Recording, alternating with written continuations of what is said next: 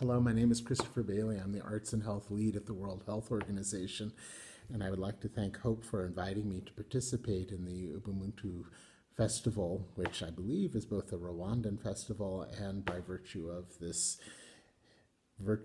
internet event, a global one as well. So I feel comfortable because I have I've spent some time in Rwanda, and I love the country very much and the people. And working for the UN, I've spent a lot of time in the world, and so I feel comfortable in both aspects of this event. I call this piece Breathless, which in a way is appropriate because my first experience in Rwanda was the sensation of having my breath taken away by the beauty of the Mille Collines and the people. And as I learned the stories of the country and the people, there was a sense of breathlessness too, of the pain that was caused by the genocide, of which this festival, I understand it taking place in June, is commemorating the end of that event, but also the capacity for redemption, the capacity to move beyond the horror. Today is Juneteenth, which in America is a day honored by African Americans on the end of slavery, a different kind of Holocaust that was perpetrated against people of African descent by my people. And we've seen two things that have evolved in the last few weeks that I don't think are unrelated. The COVID-19 pandemic and the Black Lives Matter movement. I know for me, when I think of breathing, it's something that we take for granted. It's something that we do thoughtlessly. It's a part of our life. It's part of the rhythm of our life. And like a heartbeat and like the strides of our walking, when it's working well, we don't think about it. And when something's wrong, we feel that struggle. We feel that panic of not being able to do something that we all took for granted. When a friend of mine was hospitalized with COVID-19 a few weeks ago, I remember his last call. He said that he had to get off the phone, and I asked him why, and he said, "I can't breathe." He was alone the last week of his life because of quarantine, until finally he gave up his last breath. Another friend of mine, who's single and doesn't have any family or roommates, had been quarantined for a number of weeks, hadn't come into any physical contact with people except the occasional foray into grocery shopping. And the sense of claustrophobia of that lockdown was beginning to weigh on her.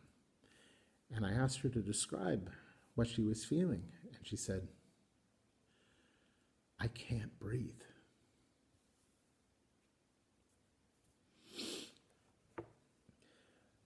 Another friend of mine was in a bad marriage and had an oppressive husband. Everything she did was wrong. Everything was judged. Everything was paid attention to. Until finally she said, "I can't breathe."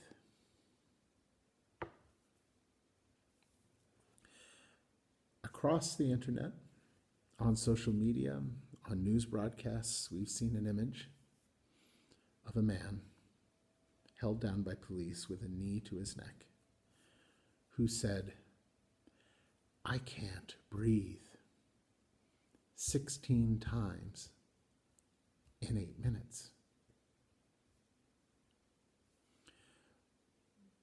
What we're seeing in the US, in capitals around the world,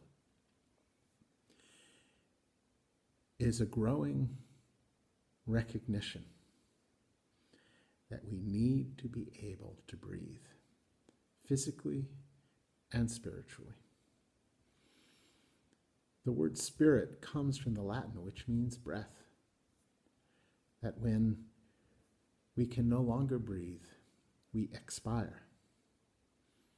And when we breathe life into someone else, even in our death, we inspire. In this COVID-19 pandemic, the way it works is when the virus comes into our system, it causes what's called a cytokine storm. And it's an autoimmune reaction where our body's defense system begins to kick in. And it's not the COVID-19 that actually will kill us. It's the ancillary conditions that are triggered by the autoimmune response. So it could be the bacteria from pneumonia that kills us that was triggered by the virus, or a stroke, or blood clots, etc. But so too, just as our bodies are reacting to the virus in a way that is detrimental, so too is our society reacting to this situation, and the earth itself. People are demanding to breathe free. Satellite photographs of major metropolitan areas around the world have seen during this period of lockdown the skies clear, people breathing freely for the first time in decades, being able to see the Himalayas in the distance in India.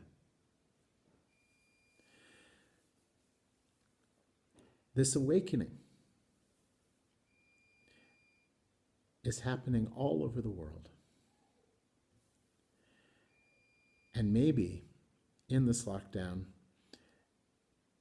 as we see our family members and we reassess what our relationships mean, and we look at our lover and we remember that moment when we first met, and that spark turns into a fire, and remember how it felt when your movement, your smile, took our breath away.